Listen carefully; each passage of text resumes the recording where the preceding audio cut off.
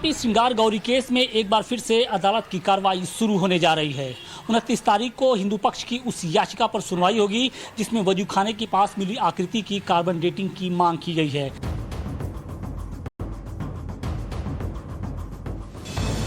Varanasi court में आज ज्ञानवापी में मिली शिवलिंग की आकृति की कार्बन डेटिंग पर सुनवाई है। सुनवाई उस याचिका पर है जिसमें शिवलिंग की आकृति की कार्बन डेटिंग की मांग की गई है। 22 सितंबर को कार्बन डेटिंग की मांग करते हुए सुप्रीम कोर्ट के वकील विष्णु शंकर जैन की ओर से जिला जज की अदालत में याचिका दाखिल की गई थी, जिसमें भारतीय पुरातात्विक सर्वेक्षण के विशेषज्ञों से कार्बन डेटिंग कराने का अनुरोध किया गया। कार्बन डेटिंग भी संभव है कि नहीं, अब ये तो इसके विशेषज्ञ ही बताएंगे, क्योंकि हम लोगों को बहुत कार्बन डेटिंग की भी बहुत जानकारी नहीं है।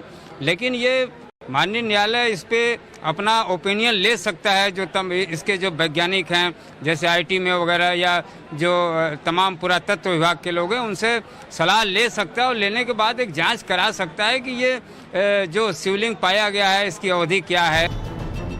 दरअसल ज्ञानवापी के वजूखाने से मिली शिवलिंग की आकृति को मुस्लिम पक्ष शुरुआत से ही फव्वारा बता रहा है।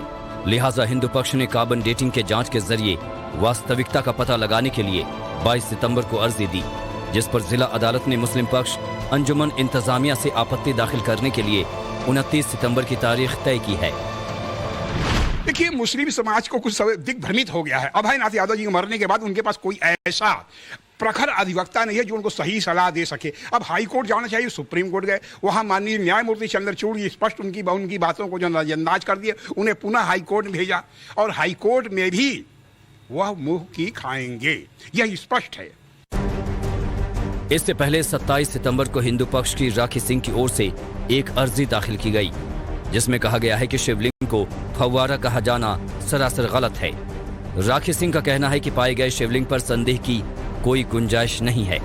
शिवलिंग के साथ छेड़छाड़ कर उसे बदलने की कोशिश की गई और भविष्य में किसी भी जांच को आधार बनाकर शिवलिंग को खंडित नहीं किया जाना चाहिए। इसलिए कार्बन डेटिंग जांच संबंधी अर्जी खारिज किया जाए।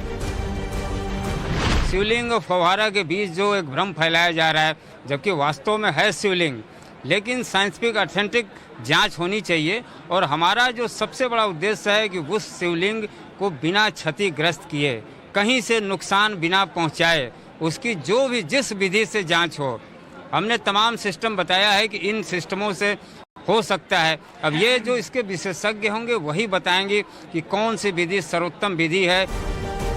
पुरातात्विक सर्वेक्षण विशेषज्ञों का भी मानना है कि वजूखाने के पास मिली आकृति की कार्बन जांच संभव नहीं है। पुरातात्विक विशेषज्ञ कहते हैं कि किसी दूसरी वैज्ञानिक विधि से इसका परीक्षण किया जाए तो बेहतर होगा।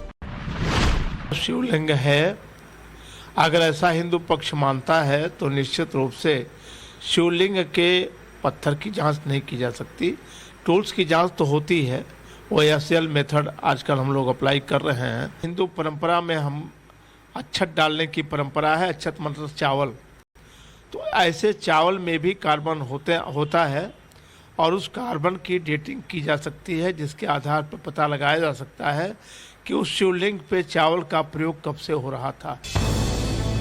आज वाराणसी की जिला अदालत में ये तय होगा कि ज्ञानवापी के वजूखाने में मिली शिवलिंग की आकृति की कार्बन डेटिंग जांच कराई जाएगी या नहीं। जब 29 तारीख को कोर्ट खुलेगा तो खासतौर से जो ज्ञानवापी में कार्बन डेटिंग की मांग है वो बहुत महत्वपूर्ण होगा। और माना यह जा रहा है कि अगर कोर्ट कार्बन डेटिंग की इजाज़त देता है तो निश्चित तौर पे इस केस में ये फैसला मास्टर स्ट्रोक साबित हो सकता है। वाराणसी से अधिकेश के साथ आशुतोष सिंह, टाइम्स नाउ, नवभारत।